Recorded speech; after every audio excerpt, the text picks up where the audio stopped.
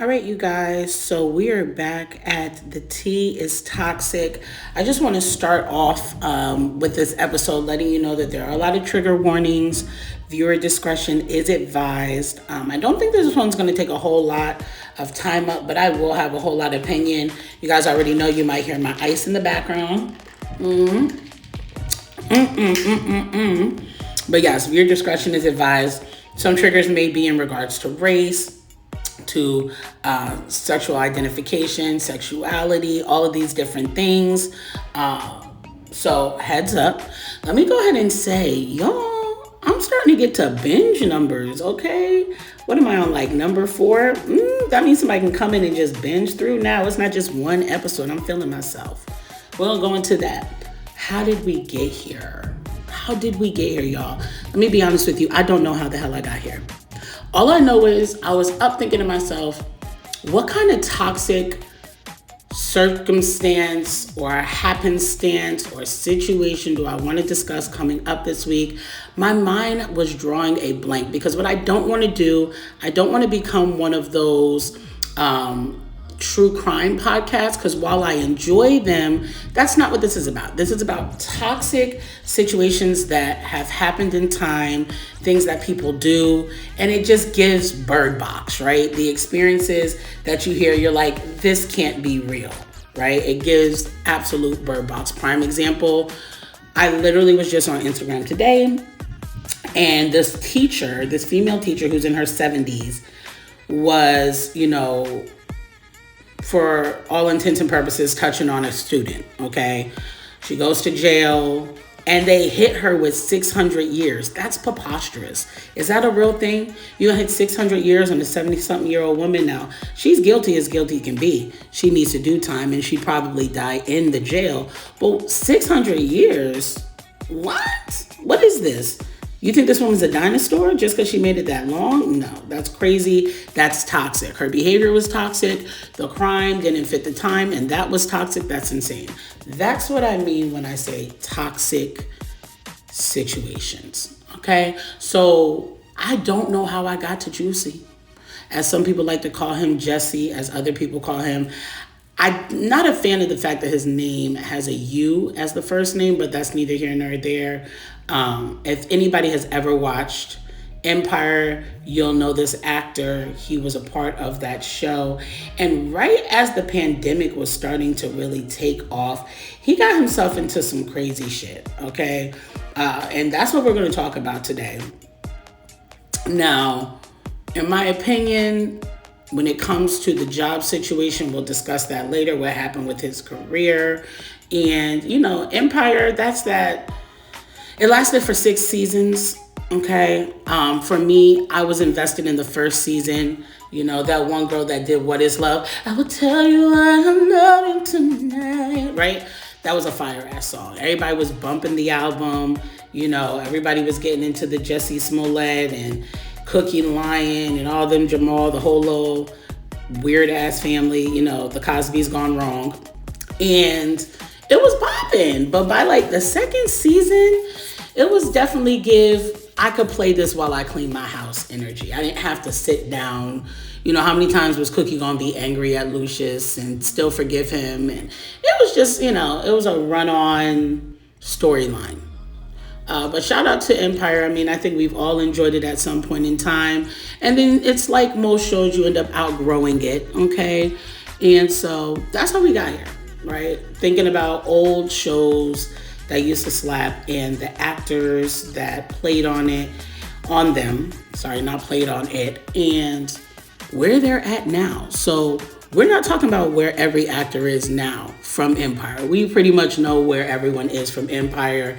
The oldest son and the woman that played Lucius's wife, they're married with children. They've been married with children before the show. The younger son who played on, what was that called? If It Is in Love. What is that?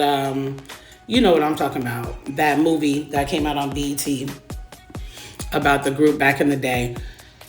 New Edition movie. Yeah, that's what it was. He's, out raging against black women or whatever, and, lost his cookout card. And then Lucius, aka Terrence Howard, I don't know, he's running the streets at Whole Foods saying "man" to everybody he meets and signs autographs for, right? Because I haven't seen him on anything lately.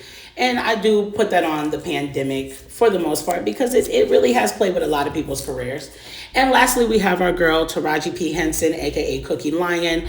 And you guys know that she's going to be in that new Color Purple movie that's coming out.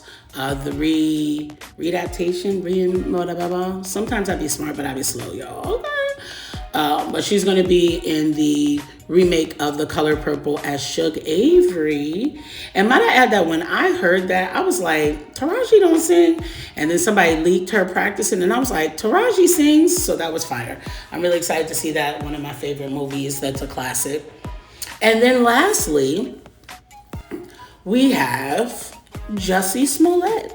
And Jussie rose and fell quite hard, quite fast. Yes, he may have had a career as a kid, but he was mainly known for Empire, okay? And he was also known for his sibling, one in particular, even though he has multiple. So let's get ready to get into this storyline, okay, y'all? So Jussie Smollett was born on June 21st, 1982. He's an American actor and singer. Jussie was born in Santa Rosa, California, to Joel and Janet Smollett. Now, his mom's maiden name is Harris, but whatever. The Smolletts, okay? He was one of the Smolletts. He has 3 brothers, 2 sisters. You guys know one of his sisters is Jurnee Smollett. She's very well known. She's been in everything you can name. She's been around since we were kids and played as, the friend to the Full House twins, the babies that played one character. She was in that for Full House. You know, she's been in Lovecraft Country. She's been in Great Debaters. She's been in Rollbound. The woman has skills, okay? So that's how we know that Smollett family is from Jurnee Smollett. But Jussie came out and did his thing a little bit as a kid, and we'll talk about it. But his mother was African American and his father was Jewish. He said that his father would, quote, kill you if you called him white. His father was absent for his life for a significant portion of his childhood, and the family moved to the Elmhurst neighborhood of the New York City borough of Queens when he was 2 years old. Then they went to Los Angeles when he was about 7, okay? So Smollett, he started acting as a child. Okay, he was a child model in New York City. Later on, he got some extra work on New York movies like Mo Better Blues in 1990, New Jack City in 91. Now, y'all, I don't remember seeing Jussie on New York Jack City, so I'm gonna have to scroll back. I feel like he probably was one of them kids that was like at the wedding or something, right? When that shootout happened. He went to also act in films like The Mighty Ducks in 1992. And Rob Reiner's North in 94. TV, he started alongside his 5 siblings on this short sitcom called On Our Own, and that lasted for 1 season, 1994 to 95. In 2012, he returned back to acting with the leading role in Patrick Ian Polk's LGBT-themed comedy drama, The Skinny. And also that year, he released an EP titled The Poison Hearts Club, okay? And then he did a little guest star stunt on The Mindy Project in 2012 and Revenge in 2014. Now, that's great. Good for you, Jussie. He graduated from Paramus Catholic High School in New Jersey when he was 19, okay? This is when he told his parents that he was gay at 19 years old. And then in 2015, for the world, that's when he came out on The Ellen Show, okay? Now, interestingly enough, that incident that we all know about was not Jussie's first time having a run-in with the law. He was driving one night in 2007, and he had actually gotten caught driving drunk, okay? Not only was he driving drunk, when they asked him what his name was, he gave them a false name. He actually gave them his brother's name, okay? So he got hit with 3 misdemeanor counts for providing false information to law enforcement, the DUI, doing the brother's name, and he pleaded no contest to that. And he also didn't have a valid driver's license. So he didn't get no time, but he was sentenced to 3 years of probation, and then he got hit with a fine. So needless to say, he was a little bit on his lion tip early in the game. Okay? Now, in 2014, Smollett was cast as Jamal Lyon. We all know the story, but I'm going to give you what the internet says. Okay? Smollett was cast as Jamal Lyon, a gay musician struggling to gain the approval of his father Lucius, opposite Taraji P. Henson and Terrence Howard in the Fox drama series Empire. His role was hailed as groundbreaking for its positive depiction of a black gay man on television. I don't know what accent that was, y'all, but figure it out. Let me know what accent it was, and maybe I'll do it again on another episode. Or maybe never do it again if you hated it that much. 2015, Smollett confirmed that he had signed a recording contract with Columbia Records and would be releasing an album in the future, but none of his songs ever made it to the Billboard charts. Now, let's talk about what happened on this wintry day, okay? This is pretty much Jussie Smollett's take on the experience that he went through, and we'll go into it more. I'm going to be honest with y'all. I'm probably going to give a good amount of opinion on this. That's neither here nor there. If you love it, let me know. If you want me to just stick to the story, that's fine. I might just stick to the story going forward. But this was a very interesting situation for me. Let's get into it. January 29th, 2019. Okay? It was a cold, wintry day. Jussie had landed in Chicago and got to his apartment. When he got to the apartment, he opened the fridge. There was no food. So he's like, okay, cool, whatever. It's late. No big deal. I can't really order anything. I'm going to head down to Walgreens. It should be 24 hours. He gets down to Walgreens. He's checking on the door. Nothing. He can't get in. The lights are out. It's dark. Okay, cool. They were closed. He turns around and he sees that there's a Subway across the street. Perfect. So he goes over to Subway. Subway's open. He gets himself a salad, okay? Orders his food, grabs it, heads out. He's crossing the street. And when he crosses the street, he hears somebody yell, "Empire!" And Jussie's like, I'm not responding to Empire, because that's not my name. I know that's right, Jussie. Give them all that energy. Don't call me Pink Turtleneck. Don't call me Red Heels. Don't call me Bonnet. That's not my name. You can come up and approach me properly. Jussie said, my name's not Empire. My mama ain't named me Empire. Okay, so he didn't answer. That's when they get a little hostile. And they go, F Empire, nigga.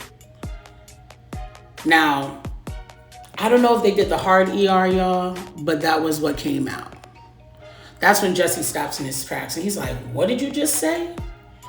The attacker ends up walking up to him and said, this is MAGA country, N-word, and then punches Jussie in the face.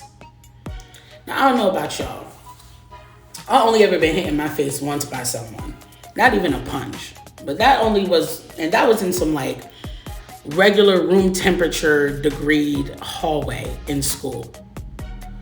Being outside and getting a strong, tough man fist go across your jaw in the cold, in the winter, in the night, the coldest of the evening or of the day, bonkers, okay? Punches Jussie in the face. Jussie wasn't having this. He's like, I ain't going out like no punk. Don't get the shit twisted. So he punched him back and they start fighting and they're near some stairs. In the middle of them going back and forth tussling, another attacker jumps in and starts kicking Jussie. So now he getting jumped. That's the cardinal rule. You don't jump people. But they said this was MAGA country, and they started whooping his ass, okay? Peeling his cap back. When they finish whooping his ass, they run off. Now, mind you, I forgot to mention that during this entire altercation, when Jussie was going in getting his salad, his strawberry vinaigrette. He was on the phone with his manager. So while the incident is beginning, he's still on the phone with his manager. And after he gets his ass beat, his manager's on the phone. He picks the phone up and he tells him, bro, I just got jumped. His manager is like, what? I just got jumped. Then he looks down and notices that there's a noose around his neck. Now, for anybody that doesn't know what a noose is, let me give you a little quick synopsis. Back during the time of slavery, something that Florida will not be teaching you in the future, whenever they would hang a black person up, it was with a rope. And the way in which they tied the rope made it a noose. And it's something that they're still doing to this day, but it's not often talked about everywhere. And that's not necessarily what this entire episode is about. But that's what they did. They had some rope, they turned it into a specific style, and it then became a noose, which is a form that gets put around your neck to hang you up to something. And once upon a time, the preference was trees. Okay? And this is in Chicago. So he looks down, he realizes that there's a noose wrapped around him, and he loses his mind.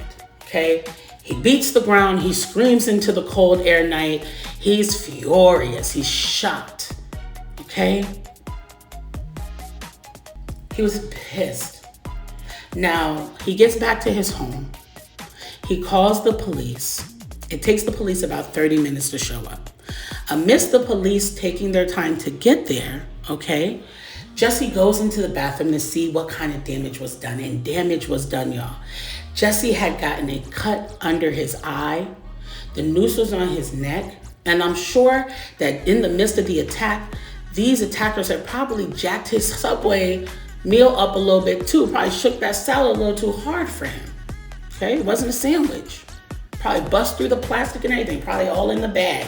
Just lettuce and strawberry vinaigrette. Okay? He also noticed that on his sweater, there was some kind of bleach or something because there were light marks on his shirt or on his sweater. So not only did they attack him verbally and then attack him for his sexuality and possibly for putting strawberry vinaigrette on him. Hey you guys, so sorry, I had a little bit of a glitch in the system there while recording, but we're gonna get back to it. As I said, they were offended by so many things, but not only did he get his ass beat for all of that, it looks as though they had also had the audacity to distress his hoodie, okay? Which, if I didn't ask for a distress hoodie, don't give me a distress hoodie. So somehow, amidst the fighting and the going cuckoo for Cocoa Puffs as a whole, it looks as though they attacked him, they whooped his ass, they put a noose on him, they distressed his sweater with bleach, and then they ran off into the night. And he says he doesn't know if it was for minutes or seconds, but it could have just as easily been a few seconds. So 30 minutes after waiting for the police, they show up. He keeps the noose around his neck until the police arrive because the audacity, and he had to have them see exactly what was going on in the heart of the city, okay? The fact that they were even doing this to him. He walked the officers through what happened, but he refused to hand his phone over to help them with the investigation. Now, the police did catch an image of two people on camera that Jussie said he felt could be the ones that had attacked him. But the camera that he saw that night when he looked up, the police went there and they realized that that video camera was actually facing a different direction on the street. So they couldn't use that. They were able to use one from a different location where they caught an image of the two attackers just walking, okay? Now, they also had him go to the hospital to have his injuries checked on, and he was released from the hospital, and he was diagnosed being in good health. Cool, great. Now, he speaks on his experience in February 1st of 2019, within the coming days, okay? He's furious because the attackers did what they did to him, okay? He felt like he would have gotten more support if he had said it was another race or culture other than white. He felt like, you know, the black community wasn't really standing by him on that part. And maybe it was because of his sexuality or whatever the case may be, but he felt like there was no real love being given. even though there were celebrities and even his boss who had come out in support of him, okay? He did a concert later in that week, and at the end of his rant during the concert, he labeled himself, quote, the gay Tupac, okay? Now, the officers eventually caught up with the attackers, and he was surprised. They were surprised because the attackers were black. Now, bear with me here with the names. I apologize if I offend anybody by trying to sound these out. I'm going to do the best I can. These were brothers from Nigeria, and their names were Obabinjo Ola and Amimbola, who's Abel, Asundairo. So their names, they went by Ola and Abel. They had actually worked as extras on Empire, and they even had a picture with Lee Daniels, one of the brothers did, on the show during, like, I guess, in between takes. Sometimes they would go to the gym, and Jussie had actually even written them a check for an upcoming movie he was doing where he needed to get his weight up, and he was paying them to help him kind of bulk up some, okay? But the brothers got a lawyer. When they got caught, they said, nah, we're not going out like that. They get themselves a lawyer, and they start doing the most. And what does the most mean? They're snitching. They're snitches. Okay? They tell them where they was at, what they did, what they were instructed to do, the information, the instructions, what Jussie said. Do this, do that. When I say jump, you say how high, right? That's what Jussie was giving them the energy of. I'm right, you're wrong. I'm big, you're small. I'm smart, you're dumb. There's nothing you can do about it. And they was going to tell their lawyer, and the lawyer was going to relay the information to the police. Now, amidst all of that, they actually got footage of the brothers buying supplies and other forms of proof that the incident was a hoax. And that was handed over to the police, that video. And they claimed that the supplies that they gathered was based off of what Jussie told them to get. Now, all of this shit hits the fan. It all comes out. And by February 2019, Jussie is temporarily suspended from the show Empire. This is while they're in their 5th season. Now, he pleads not guilty at his March hearing, because of course they're going to have him come in. It's time to start answering some things, okay? So they do not guilty. By the time they close the case, he doesn't get charged with anything, but he is ordered to pay a fine in the amount of $130,000 because they was playing on the police time, right? So literally, Jussie, you're going to pay that money because investigators or the police had to do overtime to try and find out this information. They didn't want to sleep on it. You're a celebrity. You have a name. You can be seen out here. And they don't want the community or the city or the country thinking that they're lacking because you're a black gay man. So now they have to put in the extra work to ensure that they don't catch that smoke that the cancel culture loves to give. And cancel culture was rampant during the pandemic. Now, not only did he have to pay that fine, he then got sued by the city of Chicago and by the brothers who distressed his sweater. Their reasoning was, you messing up our reputation, bro, and it damaged our money. We're buff, we out here trying to get our money. We're supposed to be trainers and we're actors and we're all these things. And now you're playing with our money because we had your back and your incident didn't go off without error. Okay? By season 6, Jussie's dropped from the show. He's not invited back. Now, I didn't get that far into the show, so I can't tell you if they killed him off, if it was a slow transition out. If I recall, during one of my wash days of my home, I believe that they had him like travel across the world and he was like living in the UK and then he just never came back. Okay, I could be wrong, that's how it ended, but that was the last thing I remember about Jussie. Now, February 2020, they actually are able to trump up some new charges on Jussie. And he ends up getting charged with 6 counts of lying to the police. It comes out during the trial that the entire grand scheme was in the hopes of Jussie getting an increase in his Empire checks. He wasn't happy with that money. He didn't agree with the pay. So he's like, if I do this, maybe I'll have a little bit of sympathy. I don't know why I was about to say symphony, y'all. Pray for me today. Sympathy, and, they'll raise my money. My checks will get a little more stacked. It'll get a little chunky. He wanted a BBW check, okay? He wasn't getting a BBW check. Now let's fast forward to December 2021. After all of the 2020 trials and the 6 counts of lying to the police, Jussie is found guilty. Now, March 11th, 2022, 3 years after the hoax and the attack and the first police report, Jussie gets sentenced, okay?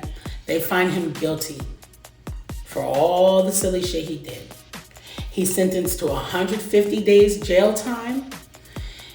He's ordered to pay a fine of $145,000. And then he also gets 30 months of probation. Now, Jussie, you're an artist. All you gotta do is boom, boom, boom, boom. Bang, bang, bang, bang. You gotta do it just like your Pops Lucius did. Just get in there, get you a pot and a pan from the kitchen, and start making some music, all right? Maybe that'll be the one that hits the billboards. But that was the story of Jussie Smollett. He ends up getting hit with all this additional time. Now, I don't know if he had to pay $145,000 after the $130,000, but based off the fact that there's a 3-year difference between the start of the issue to the end of the issue, it's giving that's exactly what happened. Now it's time for my opinion of this.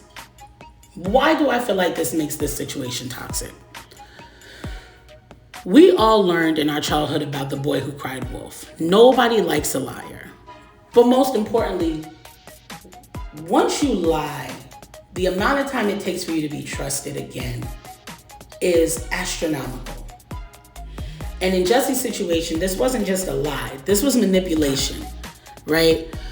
With the Carly thing, that's slowly starting to die down, and I'm sure she'll do time for what she did, just like Jussie and just like the other woman I spoke of. But the catch is, Carly didn't realize that this little situation to get her man back was going to blow up the way it did. However, Jussie's attempt was for it to blow up. He knew what his status was in Hollywood, right? And he knew that because he had already somewhat made a name for himself, that he would be able to get the attention and the media would put it out there the way they needed to. And, the Black community would become outraged and the LGBT community would become outraged. And yes, I know it's LGBTQIA+, but we're going to shorten it because I can't say that every time, y'all. The LGBT community would become outraged on his behalf. And it would silence the racists. And it would put, quote, Trump, who was the president at the time, in his place because he's MAGA, make America great again. And they had the audacity to be wearing MAGA hats. And stop, Jussie. This is giving when you are passing the blunt with your friends after a long week of work. And you're talking in a joking manner of all the things you would do rather than go back to work on Monday, right? I'd rather ride an ostrich to Mars than go back to work on Monday. What about you, Abel? Well, I'd rather turn into a mermaid than go back to work on Monday. What about you, Jussie? Oh, I'd rather have y'all niggas wear some MAGA hats and throw a noose on me and beat my ass and cut under my eye and distress my sweater because I don't really like the sweater than go back to work on Monday because they not paying me the money I want.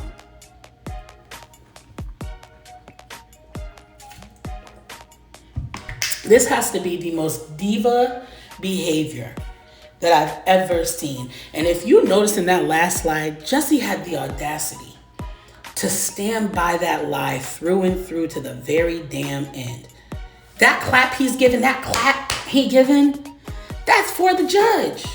Cause I said so ass clap is for the judge. Back in the day, they used to say you lie like a rug. They used to say you lie so much you believe the truth. You believe it's the truth. That's how much you lie. You lying so much you believe your own lie. That's Jussie. He believes his own foolishness. He believes his own lies. And then he took us all for a run in the process. I think the unfortunate part is, I think that Jussie does have some kind of talent, absolutely. It would be great to see him be in something other than some D-rated films. Now that he's done this, right? It's giving you'll be on the next Bad Boys Club on Zeus Network. But look at how high you were, working with people who've been in this game for so long. And it's of no stress on Journey because Journey's already solidified her career, so your foolishness ain't affect her pay. It didn't affect her bag. You playing with your own bag. And rather than be direct and in the face of the bosses to let them know, hey, I really feel like I contribute X, Y, and Z. I would like to see an increase in blah, blah, blah. Don't you realize because of the image that you had on that show, they could not just fire you? That the fact you was a black man and a gay man playing that on a show means that you had, at the time and the height of cancel culture, the opportunity to have people speak on your behalf if they tried to get rid of you for asking to be paid your due and what you deserved. Do you not realize that? No, you're out here playing around, finding out new things to do to piss us off. Everybody, you done pissed us all the hell off. This is an old story, but it's a new story, but it's an old story. Y'all know what I'm talking about. It's an oldie but a goodie. I'm disappointed in Jussie. There's 1,000 different ways he could have went with this option, and it never had to include pretending to behave as if there was certain issues happening that weren't happening. One of the things that's so dangerous about this is that you put a stain on us by playing that game, which then demeans when a black person or a person of color, a brown person, an Asian person, or anybody is attacked, because now it's, is that true, or are you giving us that Jussie energy? Anyway, thank you guys so much for tuning in on this story. It was a wild one. Let me know what you thought about it. Let me know if there's anybody you'd like to hear me talk about going forward. And I'm just really excited that we're getting to this binge stage, and thanks for sticking it out through the little glitch that I had. I'll see you guys next week, and hopefully the story gets crazier after this one. Bye. Afraid of being attacked. Happens to the best of us. Don't ever forget what happened to that French actor. You know what I'm talking about? Jussie Smollett. He's a very famous French actor.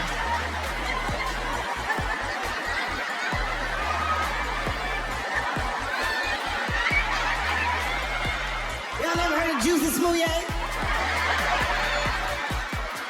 Jussie Smollett is an actor from France.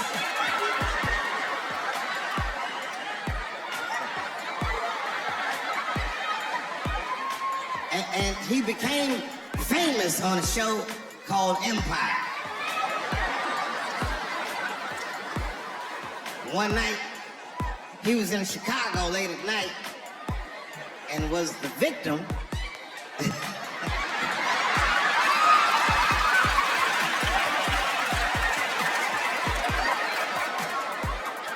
he was the victim of a racist and homophobic attack. You see, Jussie Smollett is gay and he is black, not just French.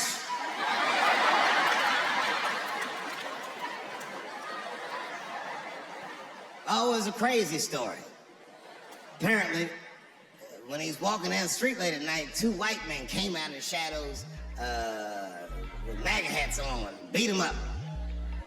Tied a rope around his neck, called him all kinds of niggas, and put some bleach on him and ran off into the night. This shit was like international news. And everybody was furious, especially in Hollywood. It's all over everybody's Twitter feed and Instagram page. Justice for Jussie and all this shit. The whole country was up in arms. It was talking about it all the time on the news. And for some reason,